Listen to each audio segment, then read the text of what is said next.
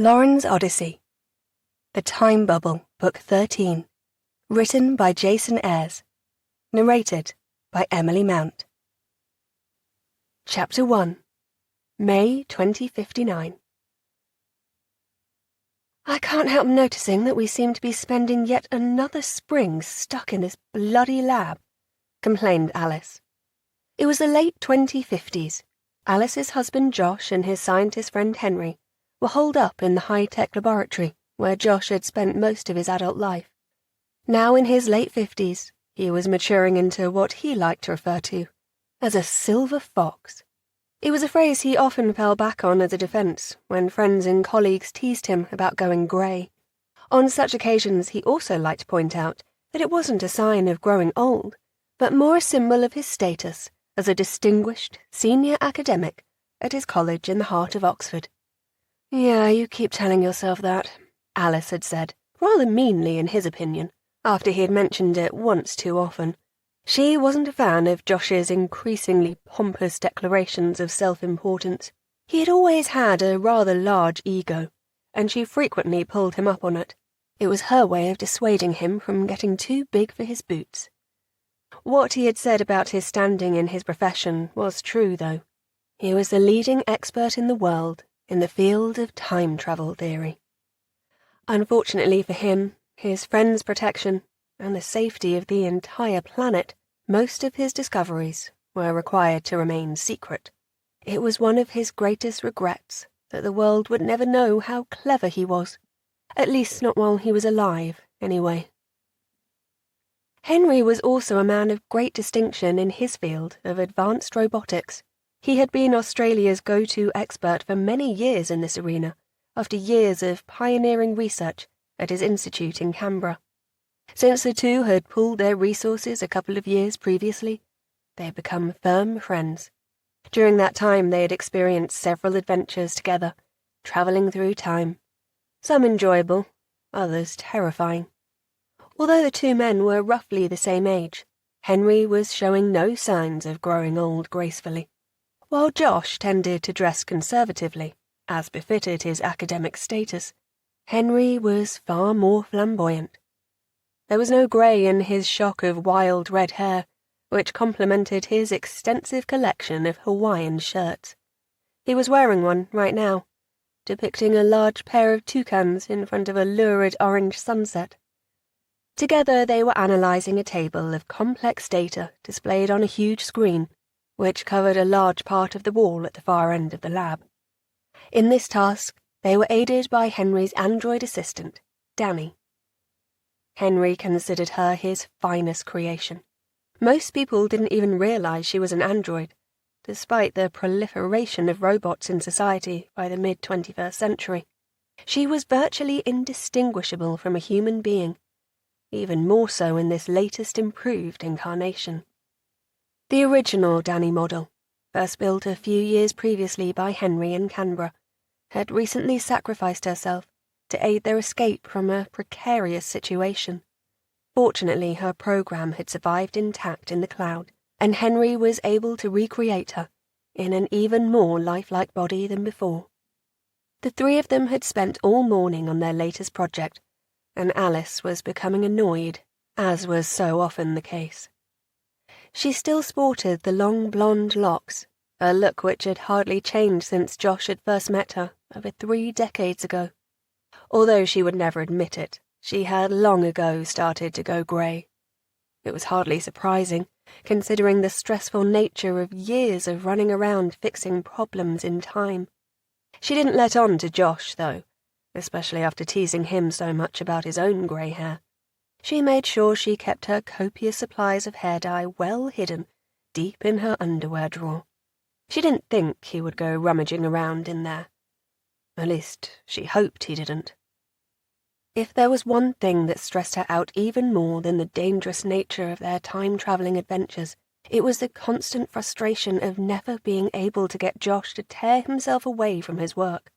She felt that they ought to be easing off and enjoying life, but there always seemed to be some pressing matter that, according to him, couldn't wait. Since Henry had come on the scene, it had got a lot worse, as he now had a partner in crime to get into scrapes with. "Yeah, sorry," said Josh in reply to her complaint about being stuck in the lab yet again. "But you know how important this is. We can't just leave it." "Why not?" asked Alice.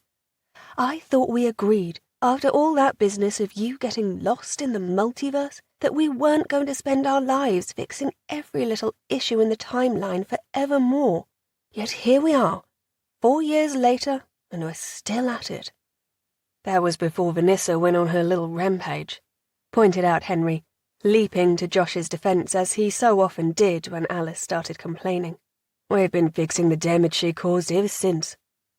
Vanessa was Henry's ex-wife, a truly vile individual who had made all their lives a misery, particularly Alice's. It was all down to an unrequited crush she had developed on Josh. As her obsession with him grew, she had come to see Alice as an obstacle to her desires and become increasingly unhinged as a result. They had thought she had been eradicated, but then it turned out she had ensconced a digital copy of herself in a secret bunker beneath the Malverns. From there she had spirited Henry and Alice's minds away from their bodies and imprisoned them in a deadly computer simulation. There she had been able to torture them to her heart's content. "But she's gone for good now, surely?" asked Alice. "After that little business in the Malvern Hills, and us putting that virus on the internet to wipe any future trace of her." "That's what we thought initially," said Henry. "But Danny here has been doing some research into the multiverse over the past few weeks, and made some disturbing discoveries. Do you want to explain, Danny?" "I would be delighted," said his robot friend. "Must she?" asked Alice. "It's a gorgeous day outside. I thought perhaps we could get a picnic and go and sit on Christchurch Meadow." "But this is important, Alice. When you see what Danny has to say, you'll agree, I'm sure," said Josh. "When is it ever not important?" asked Alice. "And no offense to Danny, but she is just an android. She's only as good as the information you're feeding into her. I wouldn't put it past you two to fabricate an emergency and get her to make it sound authentic, just so you can go off on another one of your jollies through time." "They're hardly jollies, are they?" replied Josh. "We've been fighting for our lives on more than one occasion, and not just our own. The fate of the entire universe has been at stake." "Yes, and how many times have these calamitous situations been of your own making?" asked Alice. "Maybe once or twice," admitted Josh. "But we didn't know what we were doing back then. That's the thing about being a scientist and experimenting. It's how you find things out." "What, by allowing everybody in the world to be killed by a lethal virus?" "We didn't do that. It was Vanessa, and it was our time travel technology that allowed us to put it right." "It was also our technology that allowed Vanessa to commit her atrocities in the first place. Now, I don't want to argue about this, and I don't want to waste my time hearing a load of technical gobbledygook from Danny when we could be outside enjoying the weather. It's been raining all week, and now we've got a sunny day. I want to make the most of it." "I think you're being a bit rude to Danny with that comment," said Henry. "If it hadn't been for her, you and I would still be running around in that simulation, being murdered on a daily basis." "I'm sure Danny's not going to get hurt feelings," said Alice. "She doesn't have any, remember? You know, Henry, I sometimes think you forget that thing isn't a real person." "She's not a thing," said Henry, looking annoyed at Alice's insult. "And she will have feelings soon. In the next upgrade I'm working on, I plan to introduce an algorithm that will enable her to develop emotions." Like that hasn't got the potential to go wrong in no end of different ways," said Alice. "Remember what happened when you copied your own brain into an android body before? It got all upset when it realized it wasn't flesh and blood anymore and couldn't have steak for dinner." "Oh, for crying out loud," said Josh. "Let's just hear what Danny's got to say. It won't take long, and then we'll call it a day and go for that picnic, eh?" "Oh, good. I do enjoy a nice picnic," interjected Henry. "Should we take some wine?" "Actually, I was thinking of just me and Josh," replied Alice, who was getting annoyed at Henry hanging around all the time. She wanted some quality time alone with her husband. "Oh, right, I see," said Henry, looking a little hurt. "Two's company, three's a crowd, eh?" He had clearly got the message, but it didn't deter Alice from pushing things a little further. "While we're on the subject, I was wondering, are you planning on heading back to Australia at some point?" She hoped that Henry would get this hint too, but if he did, he didn't let on. "No need," said Henry. "Harry's got things all under control down in Canberra. I'm quite enjoying my time here in Oxford. I think I might settle here permanently. I've been looking at a nice little flat, not far from you. It'll be great. We'll be neighbours. I can come round for Sunday dinner." Josh, I think you and I need to have a little chat later," said Alice. "But for now, let's get this little presentation of Danny's over and done with. If it's so incredibly important, the sooner we're out in the sunshine, the better." "Oh, it is important. It truly is," said Henry enthusiastically. "Wait until you see this. Go on, Danny." Danny turned towards the display on the wall. She showed no sign of having taken offence at any of Alice's comments. Would it be different when Henry installed emotions, she wondered. He was playing with fire with that idea. She was certain of it. The screen was depicting an astronomical scene, with Earth in the centre of a dark, starry background. However, instead of being orbited by the moon, the map pictured a six-sided matrix. 6 lines connected the planet in the centre to an additional 6 Earths. Each of these worlds was then connected to the other, forming a hexagon. "As you know, we believe that Vanessa destroyed the multiverse a couple of years ago," said Danny.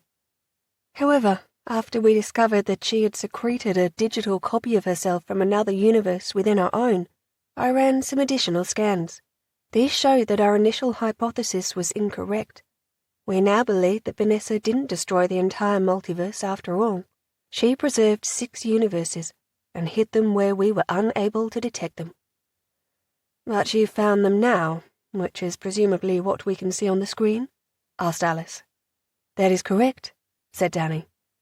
"She was able to prevent us from detecting them by putting them slightly out of phase with our universe, so they were always just out of view. Anyone attempting to track them down would have been performing the equivalent of trying to locate the mythical pot of gold at the end of the rainbow.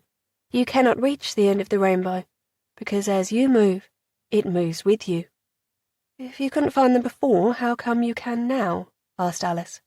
"It was clear from the simulations we ran after returning from the Mulverns that there was an unexplained mass still pulling on our universe.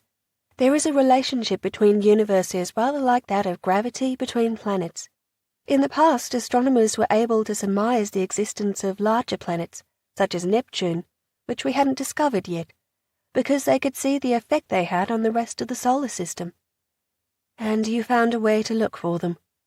"Yes," replied Danny. "I recalibrated my scanners to take into account the time differential. The result is what you now see on the screen." "Just 6 other universes?" asked Alice. "Yes, just 6, and all intrinsically linked together in a web. They are all interdependent upon each other to keep the nexus intact," said Danny. "It does look rather like a web," said Alice, looking at the screen, "with us in the centre." "The 7 universes are all reliant on each other now to maintain the harmony of the system," said Henry. "They are essential for each other's survival. If one of them were to collapse, then—" "Boom?" interrupted Alice. "Yes, a very big boom," said Henry. "Rather like 7 big bangs happening all at once. Our survival is dependent on this structure remaining intact." "That's not going to be a problem, is it?" asked Alice.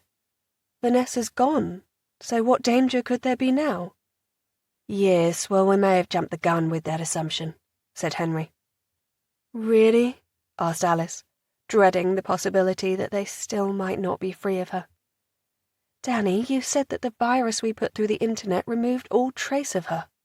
"Here, yes," replied Danny, "but not in the other universes, and there is no guarantee the virus would work in them, even if we could transmit the code across. Some, if not all, are in different states of development to ours. They might have completely incompatible systems. So what are you saying? That Vanessa is still a threat? Asked Alice. I don't believe this. She's like a turd that won't flush. Are we going to be trying to get rid of her for the rest of our lives? Going on what information we've managed to pull together so far, we have reason to believe she may have seeded herself in each of the other universes just as she did here, said Danny. Seeded herself? What does that mean exactly? Asked Alice. Wasn't she there already? Well, she was in some, not all, said Henry. As Danny said, these universes are not all identical to ours. Some of them are very different. We cannot be sure if the timeline followed precisely the same course in any of them. All the things we went through here may not have happened there. I'm hearing a lot of might and may, but not much in the way of concrete facts, replied Alice. Danny has scanned as much information as she can from those other universes, said Henry. This is based on what we can observe from here, and on the surviving data we have from our past mapping of the multiverse. You'll recall that each universe has its own unique signature. And I've been to some of them, said Josh. Danny believes that our Vanessa has been to all 6 of the universes you can see on the screen, and left an imprint of herself in at least 5 of them. I took a scan of her digital self in the bunker in the Mulverns, said Danny. I've detected a trace of her brain pattern in all bar 1 of the other worlds. How exactly? Asked Alice. When I was scanning the databases of those other universes, said Danny, some were easier to detect than others. There was one universe that is primitive compared to ours, with no computer infrastructure at all. In the case of that one, I picked up an advanced power source that could not have originated from there, given their current level of development. Without getting bogged down in the technicalities, the fact of the matter is, we know she's there, said Josh. The only way to eradicate her is to go into each of those universes and delete these copies before she can manifest herself and start up her old tricks all over again, added Henry. And what about the Vanessas that are native to those universes? Are they a threat too? Thankfully not, said Henry. It seems that these 6 worlds are sufficiently different that the chain of events that led to Vanessa's insanity in our world never transpired. You and I never met, and she never got her hands on the technology needed to do the things she did here. But that doesn't mean that she might not be able to in the future. If these other copies that she seeded in the other universe become active, there's no knowing what alterations they might make to the timeline. That's why we need to stop them before they start. Right, I think I see where this is heading, said Alice, giving her husband a knowing look. What do you mean? Asked Josh. You know very well what I mean. You want to go off on another adventure. You've convinced yourselves that there are copies of Vanessa in these other universes based entirely on some scans Danny claims to have made, which, incidentally, she was rather vague about. Now you're about to claim that you can't fix it from here, so conveniently you've got no choice but to go gallivanting off around the multiverse again. I wish it were that easy, said Josh. But the truth is I can't go. I've already tried, and I can't get out of our universe. You've already tried? And you didn't think to ask what I thought about it first? Josh could see that Alice was growing increasingly annoyed. He wasn't handling this very well. You weren't here the day we figured it out. Remember when you and Kaylee went to London for her birthday? I do, replied Alice. You said that you and Charlie were going to play golf that weekend. Golf was a recent addition to Josh's activities. He didn't like it, but had been talked into it by Charlie. His lifelong friend had insisted it was a good way for them to keep fit in middle age, but Josh found it boring. He also wasn't very good at it, and Charlie beat him handsomely every time. Any activity that didn't come with the possibility of bragging rights didn't inspire Josh.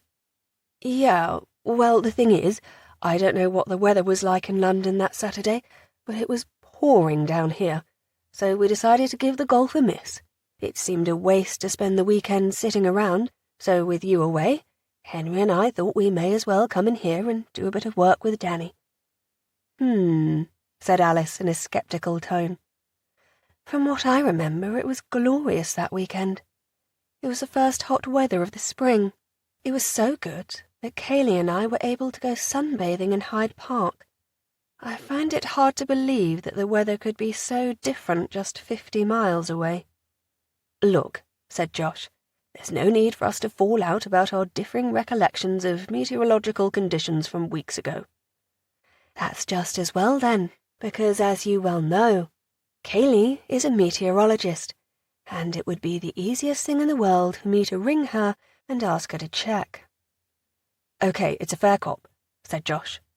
But let's get back to the point, which is that I am unable to travel from our universe into any of these others. Why not? Asked Alice. Is the tachyometer faulty? I wish it were that simple. That would be easy to fix, said Josh. I couldn't get through either, added Henry. And neither could Danny, could you? Negative, said Danny. But we do know why.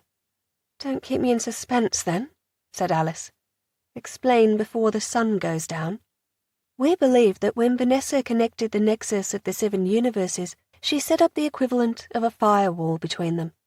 It will recognize and block anyone who has previously traveled using a tachyometer from leaving our universe. Whenever one of us attempts to leave, it bounces us right back, said Danny. You'll remember that when we travel through time, it fundamentally alters our DNA and how our minds perceive things, added Josh. It was why, when Vanessa started changing history, only we were able to detect the changes. The vast majority, who had never been through a time bubble, simply accepted the altered reality. She designed the firewall to detect that DNA change and prevent anyone in possession of it from passing through, said Danny. But you're an android, said Alice. You don't have DNA. How can it affect you? Vanessa helped Henry design my positronic brain, said Danny. She has also built a block on me into the firewall, designing it to recognize my code. She must have guessed we would try to send Danny through, said Josh. She doesn't leave anything to chance, does she? Said Alice. Okay, let's assume for the moment we can't leave our universe. What are the implications? Obviously, Vanessa does not want us gaining access to those other universes, said Henry.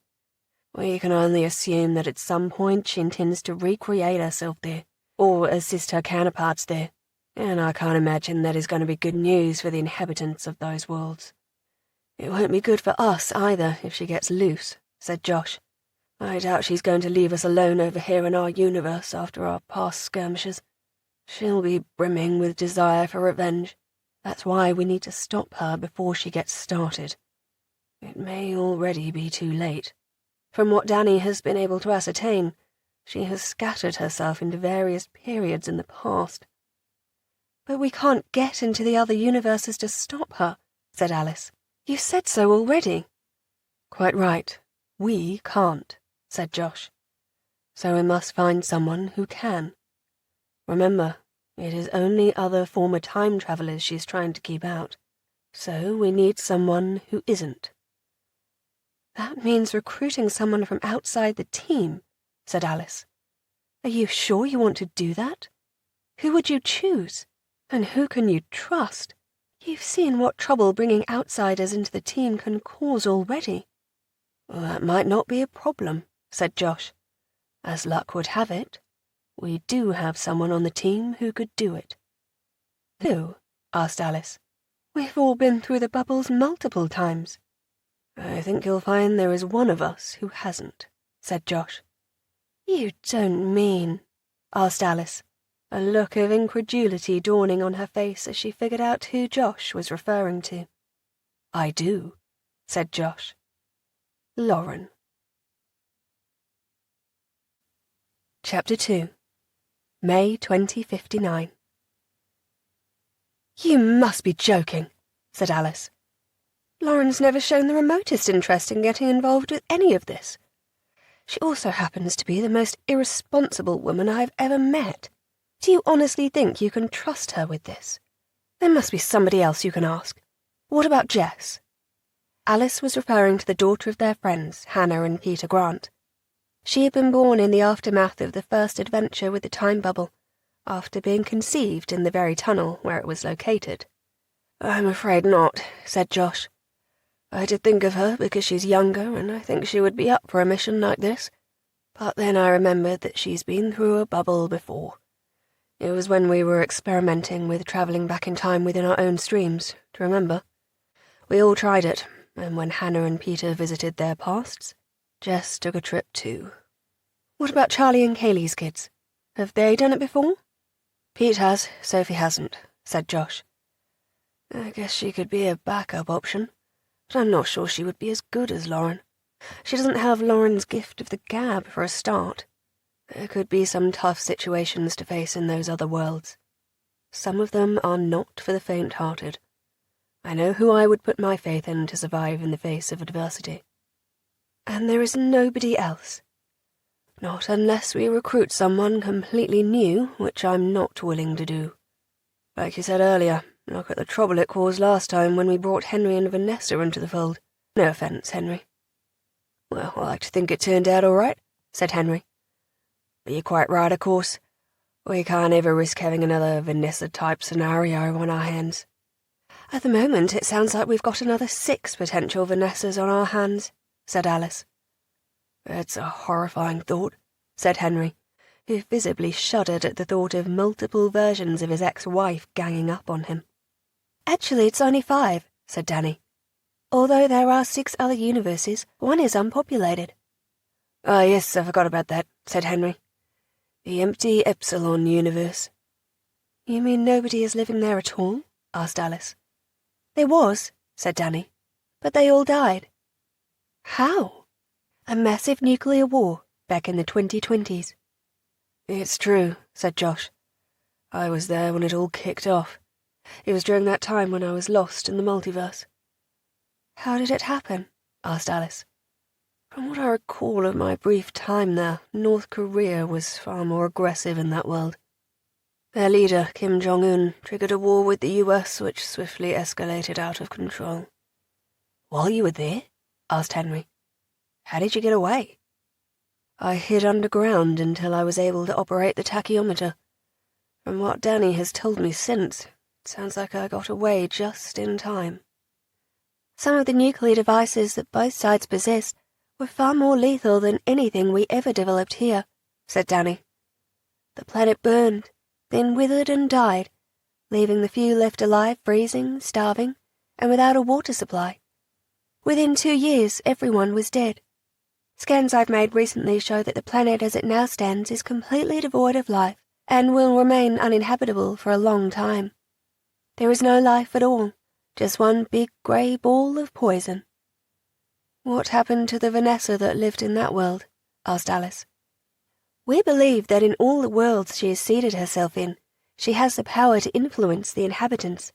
From what I have been able to piece together from the scant information available, I found evidence that she was in North Korea before the war broke out. We believe she somehow got access to the leader, perhaps even control of him. Whatever her plan was, it got out of hand, because there is no trace of her left now. Or anyone else, for that matter. So that's one of the 6 wards we don't have to worry about, said Henry. Us, maybe. But what about the poor sods that lived there? Said Alice. Couldn't we go back and stop Vanessa before she did whatever she did? That could be something we could try another day, said Henry. But with her out of commission in that reality, we need to focus on stopping her wreaking havoc in the other 5 universes first. All of those are as teeming with life as our own. We want them to stay that way. And that is where Lauren comes in, said Josh. We have no alternative. But she'll be awful, exclaimed Alice. She never takes anything seriously. You send her into the multiverse on some quest, and she'll just go around all the other worlds getting drunk and shagging everything in sight. Some of those worlds are no picnic, said Josh. Sex and vodka will be the last things on her mind if she's fighting to stay alive. And you think she's just going to agree to this, do you? Asked Alice. She has a nice cosy life here, running her pub. Why would she possibly want to get involved in all this after all these years? She's been offered numerous opportunities to travel in time before, and she's never been interested. If we explain to her how important it is, she might change her mind, suggested Henry. You haven't known her as long as I have, said Alice. The only two things that woman is interested in is the contents of her glass and the contents of everybody else's pants, male or female. That's a bit harsh, Alice, replied Josh. Is it? Said Alice. Well, if anyone knows, you should. Oh, come on, don't bring all that up again. We were just kids, protested Josh. Doesn't stop you thinking about it, though, does it? First love and all that? I never loved her. We just had a bit of fun together when we were teenagers. Anyway, all of that is irrelevant. You criticize her lifestyle. She can't argue that she's resourceful and streetwise. Look at what she did during the Black Winter. She got an MBE for that. I do not doubt her ability to cope in adverse situations. I don't know about streetwise. Streetwalker, more like. Hardly, said Josh, deciding not to mention another universe he had been to in which Lauren's alter ego had turned out to be exactly that. Experience had taught him that such conversations were best avoided. Do we know anything about these other universes the little tart's going to be spreading her legs in? Asked Alice. Oh, come on, Alice, that's enough, said Josh. You've been slagging off Lauren for years, just because she used to be my girlfriend for a couple of years 4 decades ago. It's gone on long enough. She doesn't deserve this constant character assassination. How she chooses to live her life is up to her. She's not hurting anyone. To be fair, Alice, you are very harsh on her, said Henry. I think you should cut her some slack. We really need her to do this, and we need you to help us persuade her. Fine, said Alice. I might have known you'd stick up for her. I remember you had the hots for the AI version of her we encountered when we were trapped in the time loop. You'll talk to her with us about this, then? Asked Josh. Yes, I'll smile sweetly and keep my thoughts to myself. But don't kid yourselves. I'm not happy about it. Good, said Josh. Now that's sorted, perhaps we could get Danny to explain a little more about what Lauren's going to be up against. Go ahead, Danny, said Henry. Danny had remained quiet during the last couple of minutes of the exchange between Alice and Josh.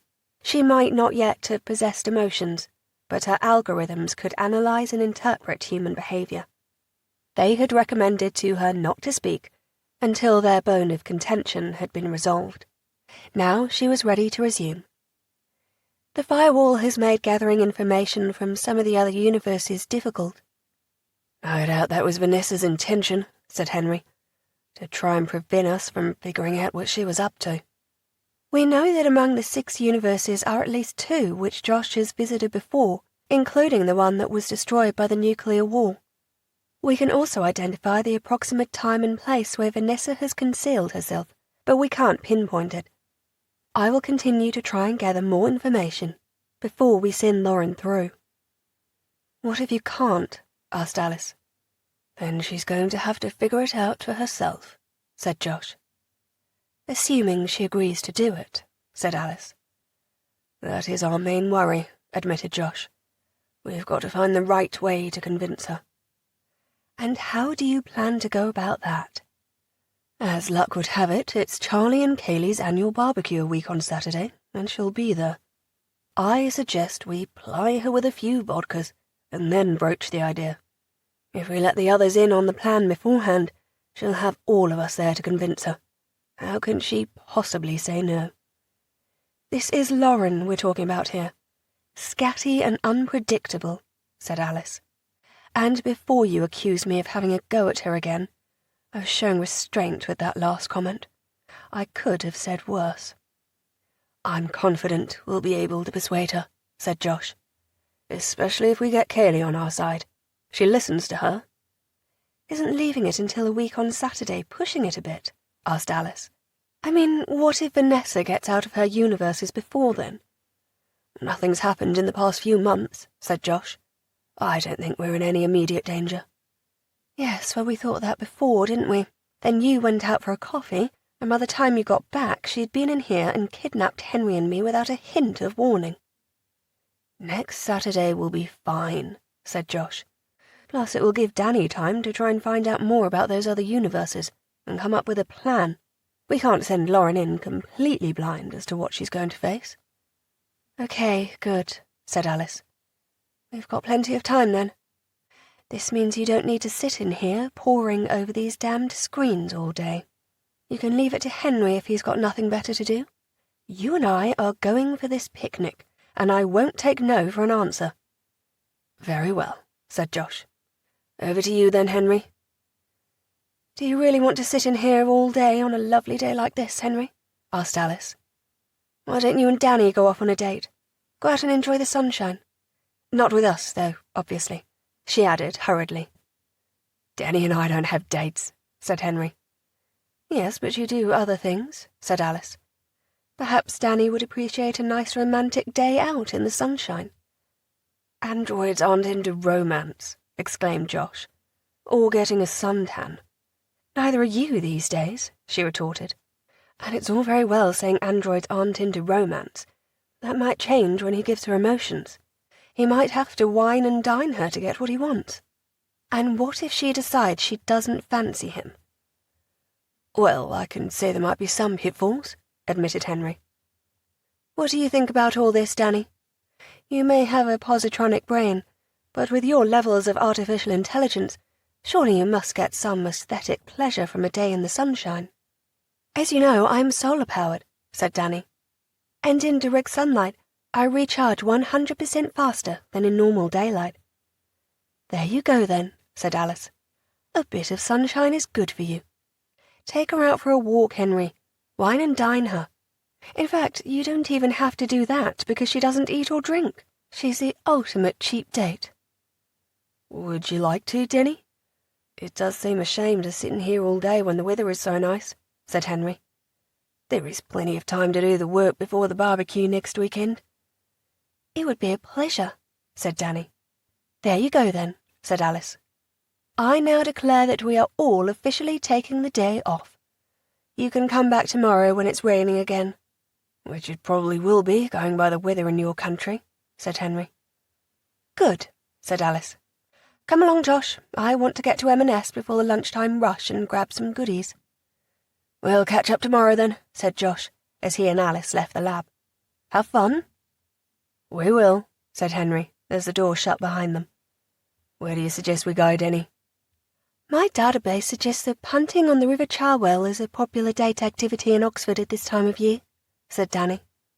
"Perfect," exclaimed Henry. "Punting it is, then. I'll pick up a bottle of wine, and you can do the honours with that stick thing they steer it with. Makes sense, doesn't it, since you won't be drinking? You don't mind, do you?" "Of course not," said Danny.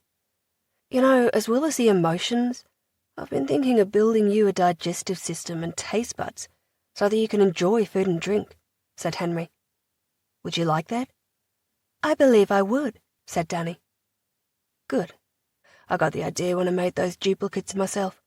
If I am going to ultimately end up in an android body, I want to be able to enjoy all the pleasures of the flesh that I did before. Perhaps you could help me design it." "I will be happy to," said Danny dutifully. "Right, that will be the next project then," said Henry, "as soon as we've sorted out this multiverse business. And now, let's go punting." Henry made his way to the lab doors, with the ever-faithful Danny following behind.